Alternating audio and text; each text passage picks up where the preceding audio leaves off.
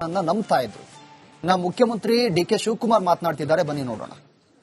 ಆದರೆ ದೇಶ ಮತ್ತು ರಾಜ್ಯದ ಅನೇಕ ರಾಜಕಾರಣಿಗಳಿಗೆ ಒಂದು ಮಾತೃ ಸ್ವರೂಪಿಯಾಗಿ ಸೇವೆಯನ್ನು ಮಾಡಿಕೊಂಡು ಬಂದಂತಹ ಒಬ್ಬ ಧೀಮಂತ ಹೆಣ್ಮಗಳು.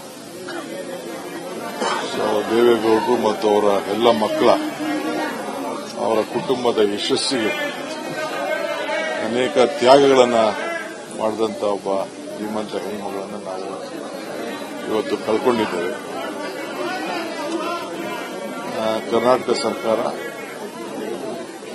ಅವರಿಗೆ ಸರ್ಕಾರದ ಗೌರವದೊಂದಿಗೆ ಅವರಿಗೆ ಅಂತಿಮ ನಮನಗಳನ್ನು ಕೊಡಬೇಕು ಅಂತೇಳಿ ನಾನು ತೀರ್ಮಾನವನ್ನು ಮಾಡಿದ್ದೇನೆ. ನಾಳೆ ಕ್ಯಾಬಿನೆಟ್ ಕೂಡ ಕರೆದಿದ್ದೇನೆ. ಅಲ್ಲೂ ಕೂಡ ಅವರಿಗೆ ಸಂತಾಪ ಸೂಚಿಯನ್ನು ವ್ಯಕ್ತಪಡಿಸುವಂತಹ ಕೆಲಸವನ್ನು ಮಾಡ್ತೇನೆ.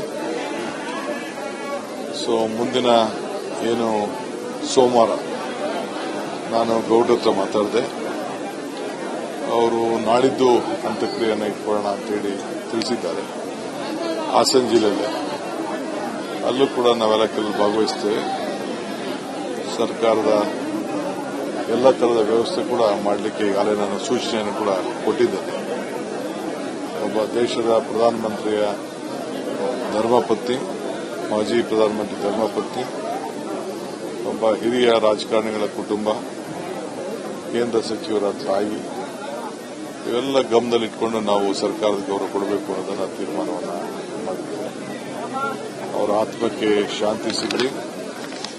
ಇನ್ನು ಅನೇಕ ವಿಚಾರಗಳು ಮಾತಾಡಿದ್ರು ಕೂಡ ಬೇರೆ ಸಂದರ್ಭದಲ್ಲಿ ಅವರ ವಿಚಾರವನ್ನು ಅವ್ರು ಮಾಡಿದಂಥ ತ್ಯಾಗ, ಮನೆಯಲ್ಲಿ ಎಲ್ಲರೂ ಕೂಡ ಒಟ್ಟಿಗೆ ತೆಗೆದುಕೊಂಡು ಬಂತದ್ದು ಒಂದು ಹೆಣ್ಮಗಳು ಇಡೀ ನಮ್ಮ ರಾಜ್ಯದಲ್ಲೇ ಒಂದು ದೊಡ್ಡ ಎಲ್ಲ ಹೆಣ್ಣು ಕುಟುಂಬ ಮಕ್ಕಳಿಗೆ ಒಂದು ಮಾದರಿಯಾಗಿ ತ್ಯಾಗದ ಸ್ವರೂಪಿ ಅನ್ನೋದನ್ನ ನನಗೆ ಹೇಳಲಿಕ್ಕೆ ಬಹಳ ಈ ಚಿಕ್ಕ ವಯಸ್ಸಿಂದನೂ ಕೂಡ ಸುಮಾರು ದೇವೇಗೌಡರ ರಾಜಕಾರಣ ಸುಮಾರು 60-65-20 ವರ್ಷ ನಡೆದಿದೆ. ಹಾಗೆಲ್ಲ ಕೂಡ ಆ ಯಶಸ್ಸು, ಕಷ್ಟ, ಸುಖ, ನೋವು ಎಲ್ಲದಕ್ಕೂ ಕೂಡ ಪಾತ್ರರಾಗಿದ್ದಾರೆ. ಇದು ಬಹಳ ವಿಶೇಷ. ಅವರ ಆತ್ಮಕ್ಕೆ ಶಾಂತಿ ಸಿಗಲಿ.